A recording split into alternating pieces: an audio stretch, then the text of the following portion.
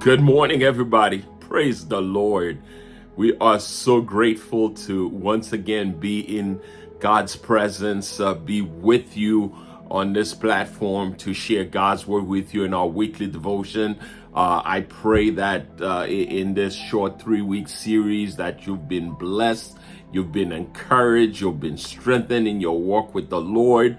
And today is the last part, the third part of the series, and we're gonna get into it in a few minutes. And just before I do that, I want to continue to encourage you to share this video with someone that you know can use the encouragement that you find every single week that you come and meet with us. And my prayer is that when you connect with us, you are blessed, you are encouraged, you are strengthened in your walk with the Lord.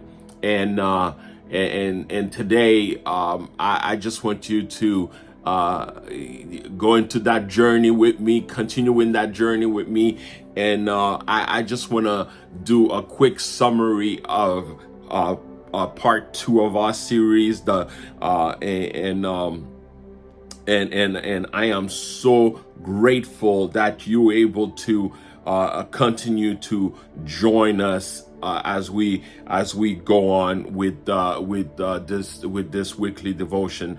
So last week, in part 2, we focus on Jesus' quiet strength during his trial. Just like the speaker whose microphone failed, real leadership is shown not by volume, but by calmness when your voice is taken. Jesus had every reason to defend himself, yet he chose silence, not out of weakness, but out of purpose. His silence showed his authority, obedience, and trust in the Father's plan. Jesus endures false accusation, betrayal, and injustice while remaining composed. His response fulfilled Isaiah 53:7, showing that God was still in control even when circumstances looked unfair. Jesus stood innocent yet condemned so that we, the guilty, could stand forgiven. We learned that humility is strength. Injustice does not go unnoticed by God, and trusting God's timing is part of spiritual maturity.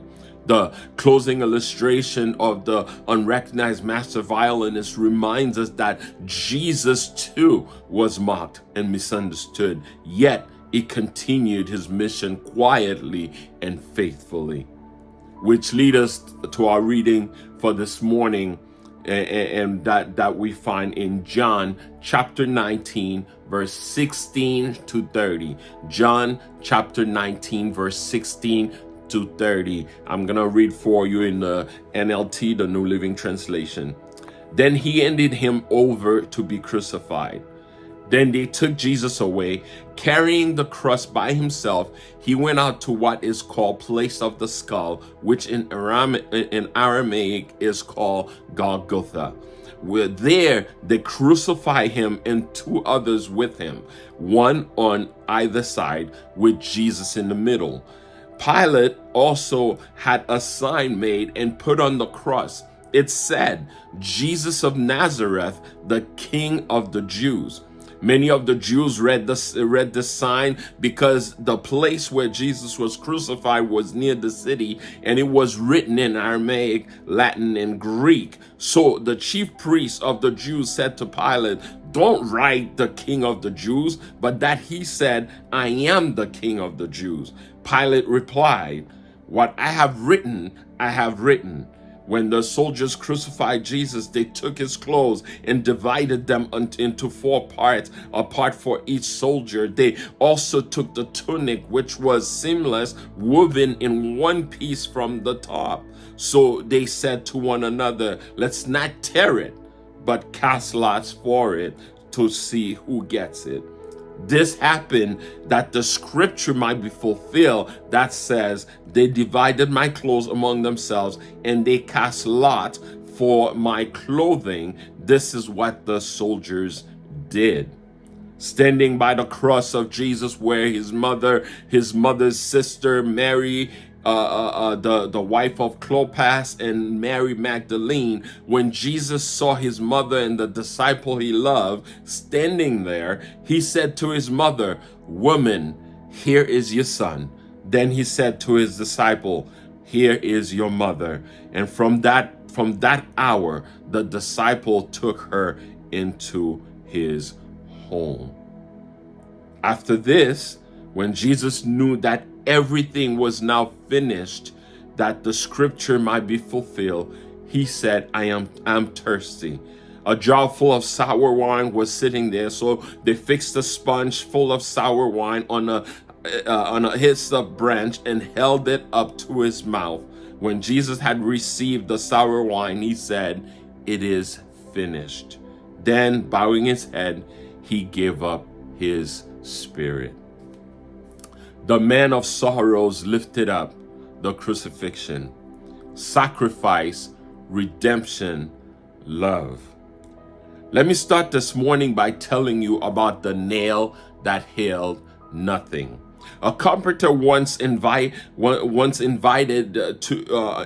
his apprentice to drive a nail into a board. The apprentice hammered confidently, but the nail bent sideways and fell out.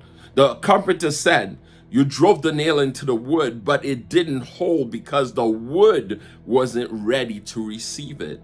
Then he added something profound. Strength isn't in the nail. Strength is in what holds the nail. At the crucifixion, my friends, people believed the nails held Jesus to the cross, but it wasn't the nails. It was his love. A love strong enough to hold him, steady him, and keep him on the cross until redemption was complete. At the cross, we see the depth of God's love, the seriousness of sin, the fullness of Jesus' obedience, the completion of salvation. Sin is confronted, death is defeated, love is displayed, and redemption is finished. When Jesus declared it is finished, he was not saying I am finished. He was saying the mission is complete. The debt is paid. The curse is broken. The separation is ended. Redemption is complete. The final Friday leads the church into Resurrection Sunday with reverence and gratitude. My friends, the cross is the greatest demonstration of love in history. Jesus did not die as a victim. He died as a willing substitute. See, the finished work of Christ means we can live free. The cross is where love and justice meet perfectly. Jesus did not die as a martyr. He died as a substitute. Because of the cross, we do not fight for victory. We live from victory. I have some questions for you to reflect on this morning. And what part of my life, your life, needs to be brought to the foot of the cross this morning? How does the cross redefine your identity or your worth? How can you walk daily in resurrection power? What does the cross reveal about God's love for you and for me? What part of our lives needs to experience the freedom Jesus purchased? And how can we honor Christ's sacrifice in our daily life? You know what? Let me close this morning with this illustration called The Bridge That Cost Everything. Years ago, a village was separated from a thriving town by a deep, dangerous ravine. People kept trying to build a bridge, but the currents were too strong and the drops too steep. Many tried and failed. Some even lost their lives attempting to cross. One day, a master builder arrived. He studied the ravine and said, "There is a way to build a bridge, but it will cost me everything." So he laid down the first beam with his own body, stretching across the deepest part of the ravine. Others joined him, laying wood, stone, and rope upon the foundation he provided until finally the bridge was finished. From that day on, whenever someone crossed safely to the other side, they whispered, "Remember, this bridge stands because someone gave everything." Jesus, brothers and sisters, is that bridge. Calvary is where he stretched himself across the chasm between God and humanity. And every time we come to him, every time someone finds salvation, heaven whispers, "Remember, it cost him everything." Tonight, as we stand at the foot of the cross, we have heard the cry, "It is finished." But brothers and sisters, God was not finished. You see, the story does not end with a broken body or a sealed tomb. The cross is not the conclusion of the story. It is the turning point, because the blood that fall on Friday will break open the grave on Sunday. The Lamb who was slain will rise as the Lion who reigns. We live in reverence Friday night, but we gather in victory on Sunday morning. The road to Calvary leads somewhere. It leads to an empty tomb. It leads to victory. He lives because Jesus lives. We today can say we live.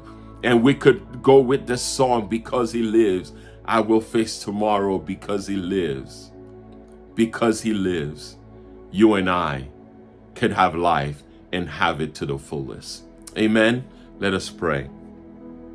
Jesus, we thank you, oh God. We thank you for the cross. We thank you for finishing what we could never begin. Help us, oh God, to live in the freedom, gratitude, and victory of your sacrifice. Lord Jesus, we thank you for walking the road to Calvary for us, oh God. Thank you for Gethsemane, where you surrendered. Thank you for the trials where you stood firm. Thank you for the cross where you finished the work, oh God. Help us, oh God, to walk this road with gratitude, humility, and courage, and may our lives reflect the love of the one who gave everything to bring us home.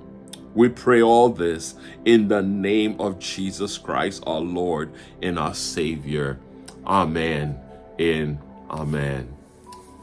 Amen. Praise the Lord. Listen, I pray that these words will meet you just where you are, and you are encouraged and strengthened today, and you are ready to not just remember Christ's death on this very Friday, but we are ready to celebrate his resurrection. Like I said, because he lives, we have life to the fullest. May God bless you and keep you. May God watch over you. May his light shine upon you. May he give you peace. I love you with the love of the Lord.